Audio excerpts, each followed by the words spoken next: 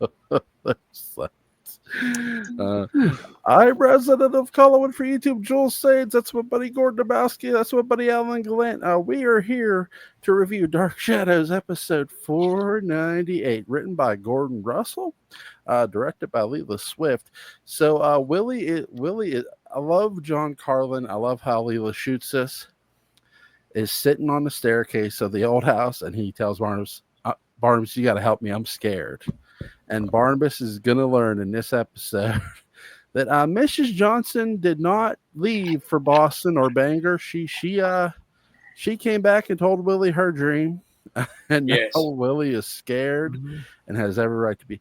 What did you guys think of the cool opening of this episode? Gordon, you first. It really gets straight to the point. I could imagine in like a soap opera at that time where there'd be these huge like gobs of exposition, but it focuses on that still of Willie through the stair, the banister, something like that, and that the angles that Leela Swift chooses, it's not like a typical headshot. And especially when the camera is on Barnabas and he says, "Oh yeah, the dream is going to be one closer to me." But I do think, I'm sure that Mrs. Johnson didn't leave because she had like something boiling for dinner, and right. you just turns out to be Willie's ego is on the boil here. Willie, or John Carlin, in the case of the actor saying Willie, is within a day or two is going to be one of the most energetic, if not the most energetic, sufferer of the dream curse. I mean, he goes through his paces. He's completely method acting his way through all those doors. But at this point, what we're getting is an injection of that energy of anticipation, and so the scenes played out really nicely for that. To keep that story device going, it's like, oh no, what's going to happen again, that kind of thing. Yeah, he's a master of the slow burn. Like he knows how to, like, if you compare him to like James Hall, I think James Hall would have been a different Willie. Sure, I think absolutely. Carlin, brought that sense of, and he brings it to Carl and Desmond later on. That slight sense of he's not all there, right? And as Willie, he's able to like crank that up so subtly. Yeah. It goes and it goes and it goes, and then all of a sudden it pops. It's a good build. Here's a weird question for you guys, because, and I'm glad you brought that up, Gordon, because it made me think of this too. Because Willie, we all know, for those who haven't watched Dark Shadows, but we know Willie was put in the Wincliffe, the sanitarium, for after he got shot by the 5-0 by the Collinsport Police Department. How important was it to show those scenes at Wincliffe, and you sort of got to see, well, Julia's trying to warn Barnabas, hey, you can't just release this guy, and Barnabas is like, oh, he seems fine, and it's like, nah, not really. How important was that, you think, for storytelling wise? Oh, it's excellent. It tells the audience he's not ready. They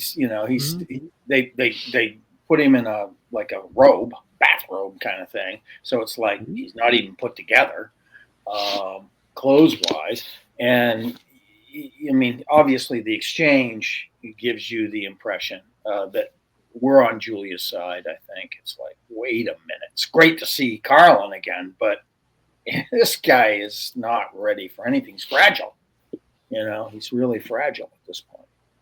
And this is Barnabas at his manipulative worst as a human being. He's just like, hell with that. He's fine. He's coming with us. It blows right through it. Yeah, this is Barnabas is still, he's not the, I don't think you could ever call Barnabas the hero, but he's less not the villain, if that makes sense. Yeah. Yes. Yeah, he's very manipulative in this series of episodes. When he wants what he wants, he wants what he wants, and nothing stands in his way. And it's clearly, I mean, again, Grayson Hall plays it perfectly. The frustration, I don't believe you. What are you doing? That kind of thing is going on here. And the funny part, she gives it to him. Well, she's like, you always win, Barnabas. It's that kind Yeah, of attitude. yeah, yeah. Well, When you're a doctor and you're in love with your patient, mm, um, rough, you know. rough. But we also get a really cool Adam scene here. He's listening to the message left by the late Dr. Eric Lane at this point, because Eric Lane's no longer here. That if Adam lives, Barnabas will be cured of his affliction.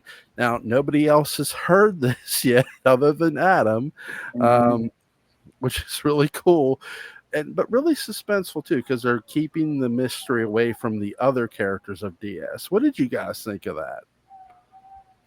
Well, I think part of it is to show that Adam isn't just that Adam is starting to learn. Mm-hmm. And because Barnabas comes in and notices, oh, first you're listening to the same piece of music, which I'm amazed that nobody thought to actually listen to the tape all the way through. But Right. I think it's kind of parallel to the Frankenstein story, where you need to know that Adam is not just a dumb creature; Mm-hmm. he's smart. Secondly, he's Barnabas learns that he's learning because Adam says if both live, and Adam is starting to learn where he came from. And I think what it does is it's one of the things that I know a lot of people don't like the Adam and Dream Curse storylines. I think this is Dark Shadows has finally figured out this is how you do it. It's like Yes. the vampires no more. We don't have that surprise. So you know what we're going to do? We're going to start telling the supernatural stuff, and like every scene moves forward, every episode moves forward, Yeah. and it may be seen as maybe maintenance Dark Shadows because there's no big operatic high end climaxes. But I mean, this is a brilliant scene where it ends with Willie bringing the painting down of Angelique, showing it to Adam, who goes nuts, and then was like, "Oh yeah, you want to box? Come on, let's learn how to box."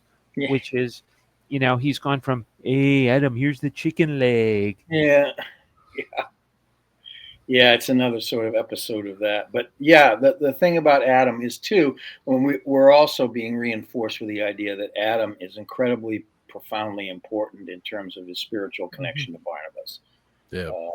which is something that Barnabas doesn't appreciate particularly. He's just sort of fascinated by the idea that this creature pays attention to him, and so he immediately thinks that he's the most brilliant teacher in the world, which of course he's not. But we find that Stokes does all the heavy lifting when it comes to teaching, but that comes a little bit later. But yeah, this is a great period because a lot of things are coming together. Again, it's like this happens like every 20 episodes. There's this coalescing of things that happen, and boom. And like you say, Gordon, it's where the writer's lab is cooking on all cylinders. Mhm. Everybody's kind of on the same page. Okay, this is the rhythm we have to have. These are the things that we have to put forward to our audience. Blah blah blah, and we have to do it this way, but that doesn't mean we have to drag. So yeah, it's great. It's great. Not in this episode, but when Barnabas first starts teaching it, he does tell Adam, "You'll find me. I'm not very patient. I'm not the best teacher." He tells Yeah, he's not. he's not. He's not. Definitely not. He lacks the patience. This is coming Uh, from somebody who's a college instructor. He lacks the patience. It's not fair. d- there should have been pictures of Willie's bruised face as examples. No, Yes, no, seriously. uh, Adam, this that was going to happen to you unless you say the right word. Use yeah. the fork, Adam. Use the fork. I Uh, tell you, I do like how Willie, when he brings the portrait of Angelique down, he shows it to Adam, and Adam's terrified of it. That yeah, was a that's great that's job of instinct. Robert. That's Adam's instinct is good. Yeah, Mhm. That tells you that he has the right instincts. Now they're going to get warped later on by manipulation, but he has good instincts. He's not a bad soul. He's not. Guys, how underrated is Robert Rodan, you think? Very. Yeah. Yeah. A lot of people like to use his performance as a punching bag because it's so atypical. He has to do a lot with inarticulation, especially early on before he becomes articulate. He has to do a lot with it, and Patrick has talked about this and written about this, and it's true. He has more time to work with the idea of Frankenstein's monster than any other actor who's ever portrayed it. Yeah. And he does stuff with it. He does good stuff with it. He his physicality, his vocalizations, his responses to things. He was serious about this, I think. Yeah, I mean, I think in many ways, Rodan's performance as Adam is almost like a precursor to David Selby's performance as Quentin, in that it's how he uses silence and grunts. Mm-hmm. I'm sure his script on the page was like, okay, Adam sees Angelique's portrait, gets scared. Recoils. I mean, and the actor could do like a 30-second, can do a 30-second, and it's done. But Rodan, he adds color and texture to it, where and I think throughout the storyline, it's really about, it's developing a sense of, and I think Adam it's my theory as to one of the big themes of Dark Shadows, which is Dark Shadows is always about people, supernatural creatures trying to assert and reinforce their humanity. Yeah, or reach their humanity in some way. Yeah, all of that. Absolutely working towards that. Even, I mean, obviously the classic example of the turn about is Barnabas, the character of Barnabas himself. But there are many other sort of villainous or semi-villainous characters that experience that as well throughout the whole thing. Yeah, I think Robert does you guys are right. Robert does such a great job of selling the terror of Angelique. It's developed. He develops the moment. It's not just a sort of an expressive sort of demonstration of that. It's like he looks at, oh my God, he's thinking about what's that, Like we often hear like the actresses scream like when they see a dead body or when they're completely terrified. Mm-hmm. Here you get the same effect but without the scream. Right. Which was so great by Robert. Really, really great job. It's a great shot. I love how they shoot that too. It's an actor's challenge to be that spontaneous with a response or reaction, especially when you've rehearsed it. It's a challenging thing to be able to do. He does. So guys, if Barnabas knocks on your door and wants to pay you $500 to deconstruct the portrait, are you taking it? Yeah, I'll do a crayon scrawl for him, no problem. Yep. Yeah, I'll get the Sharpie and just kind of wave it around. This is you may have noticed my name is the fake mustache of Sam Evans. They brought him back, and he's clean shaven. Maybe he's in rehearsals for 1776 by this time, or something. And they bring him back, so he's clean shaven. The beard's all gone. And they decide let's put a mustache on him. So they put this little fakey curly thing on him with a little dollop of spirit gum, and there you go. You got Sam Evans. Yeah, it was probably like, okay, David, we need you in for a day. We just need this scene.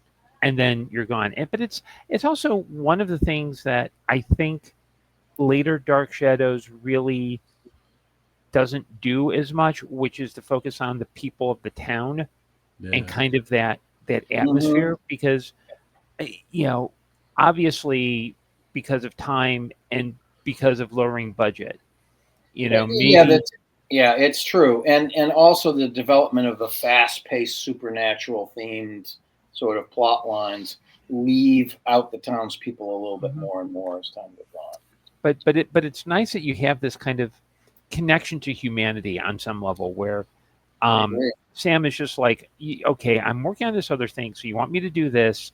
You not only want me to make this portrait older, but you want me to use like stiff, painful brushes. Bristles, yeah. It's okay. Yeah. It's shut like, up! Don't ask questions. Here's $500. That's basically what it's paying. Yeah, it's like, oh, okay, and I'm sure Sam Evans is like, okay, yeah, I can pay off half my bar tab, maybe set up a $250. Put some gas in the car. Yeah. Yep. Yeah, maybe buy some, maybe buy a canvas or two. I don't know how much they cost in the 70s. Yeah. Or cheap by the day standards, I'll tell you that, if they were pre-made. I mean, if you're stretching his own canvases, it's probably cheaper, but that's about this. I have a dog that wants to go out. Hold on a second. It's okay. I like how, too, when he gives them the envelope, not all the money's there, part of the money's there. It's like, okay. But yeah, it's $500 is a lot of money back then. Yeah. Take the money, and you ain't gonna get a chance to run. But I do love how Sam's like trying to ask questions. Barbara's like, no questions. No, you can't. No, who's the woman? No questions. It's like, my God, Jesus. Has Sam Evans ever met Cassandra Collins by this point? God, I don't know. Don't think so. Because it would, because it would be embarrassing if Sam looked at it and said, hey, she looks like Cassandra Collins, but with blonde hair. Mm-hmm. I think the only person to meet Cassandra in the Evans household is Maggie. Because Maggie goes to the great house, and when Angelique sees her, she looks like Josette. That's who has the dream first, I think, the dream curse. It'll start with the woman who looks like your Josette. But I don't. Now, Sam will eventually have a dream, but that's because Professor Stokes interferes. By that point, Sam Evans is playing a blind man. Or sorry, David Ford's playing a blind man. Sam Evans. Because that's going to be Sam's punishment for deconstructing the portrait. Spoiler alert. Which really, really cool effects that it's going to happen, because they're going to make Angelique look old as hell. They're going to make the lovely Laura Parker look old. And what a makeup job they end up doing on her. This is Vinny Lascalzo that does this one. He does a pretty good job with this, particularly considering, he doesn't have a lot of time to put this together. They probably shot all of her old lady scenes on the same day, I would imagine. Once she got the full, thing. But interesting, very interesting. Sidebar: Vinny Lascalzo was not pleased when they hired Dick Smith to do the makeup for Barnabas for episode 350, I think it was, when it first popped in. He wasn't too pleased, but I got to tell you, Dick Smith was in a league all by himself. Yeah, that's not a diss of Vinny Lascalzo, who was also a very fine makeup artist. No, I mean, Smith taught a lot of people too. That's the thing. He did. I mean, we had an enormous career, and he developed all of these amazing appliances, using foam rubber and medical adhesive. And I mean, he was the first one to develop eyelids, makeup that you could actually apply to the eyelid to make it look old and droopy and so on. Do you know who mentions Dick Smith a lot? Tom Savini. Yeah, I imagine he'd be like a mentor to him. Absolutely. To quite a few of today's makeup, cognoscenti. Very much so. He's the godfather of all of it. Yeah. Really, really cool. Just great makeup job in this with her face, with Laura Parker. I love the interaction between Barnabas and Cassandra too that we get in this, because he says you're Angelique. He wants her to admit it. And we covered the episode where Barnabas goes in parallel time and he looks at the portraits and says, let me look into the eyes of Angelique. We have to where Barnabas gets to witness not the transformation, but her being affected by what's happening. Something wrong? Yeah. I mean, any confrontation between Barnabas and Angelique is like the rush of a drug, for an audience. It's they kind of have little showdowns every so often. And you can see Barnabas kind of reveling in cruelty just a little bit because, like aging her, that's okay. That's revenge enough. But the fact that he basically tells Sam Evans, use rough bristles, do the eyes first and do all this. Like it's kind of like again, he's not the hero, but he's not the villain. Like he's still kind of there's just a meanness about him where it's like he's letting all of his frustration out, and he deliberately wants to be cruel at this point, and he is. No doubt about it. I think at the time the audience is probably going, "Go for it," because Angelique has not been particularly,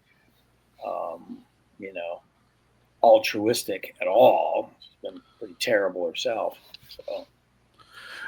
Well, there's the oldest adage in the world: the better the baby face, the bigger the heel. The bigger heel, the better the baby face, because you can turn one into the other easily. You just got to get your crowd to say. You just got to sell it to your crowd. I'm like that John Cena heel turn. Anyway, I'm going to mention that. But this here, the wrestling writers need to take notes because Dark Shadows did it perfectly. Wrestling writers need to take a lot of notes these days, and lines need a little sprucing up. Yeah, they do. To me, I always put the Barnabas babyface turn as number one in my category. Where do you guys put it at? Yeah, Quentin's a pretty good babyface turn, and Angelique is kind of halfway does it, and it's pretty dramatic. Yeah, and in 1897 she does a babyface turn. Oh yeah. But I kind of see her as a reluctant babyface. Like she does the right thing because it benefits her versus she does the right thing because it's the right thing to do. It's out of self-defense. She got Petofi coming at her from one direction, and all this other stuff is happening. So it's kind of out of self-defense. So, but even so, it's pretty dramatic when it happens. And she ends up partnering up with Julia Hoffman of all people. Yeah. and Dr. Hoffman's a great assist for 1897. Oh yeah. She's not there long. That's a great thing too. Like she's not there long, but she doesn't have to be there long to make an impact. She knows what's going to happen, and she knows what's coming. So, my gosh. Is there anything you guys want to add about this episode before we go? This is a catalyst for a lot of interesting stuff that's going to be happening very soon. Yes. Yep. Yeah, this is a turning point episode.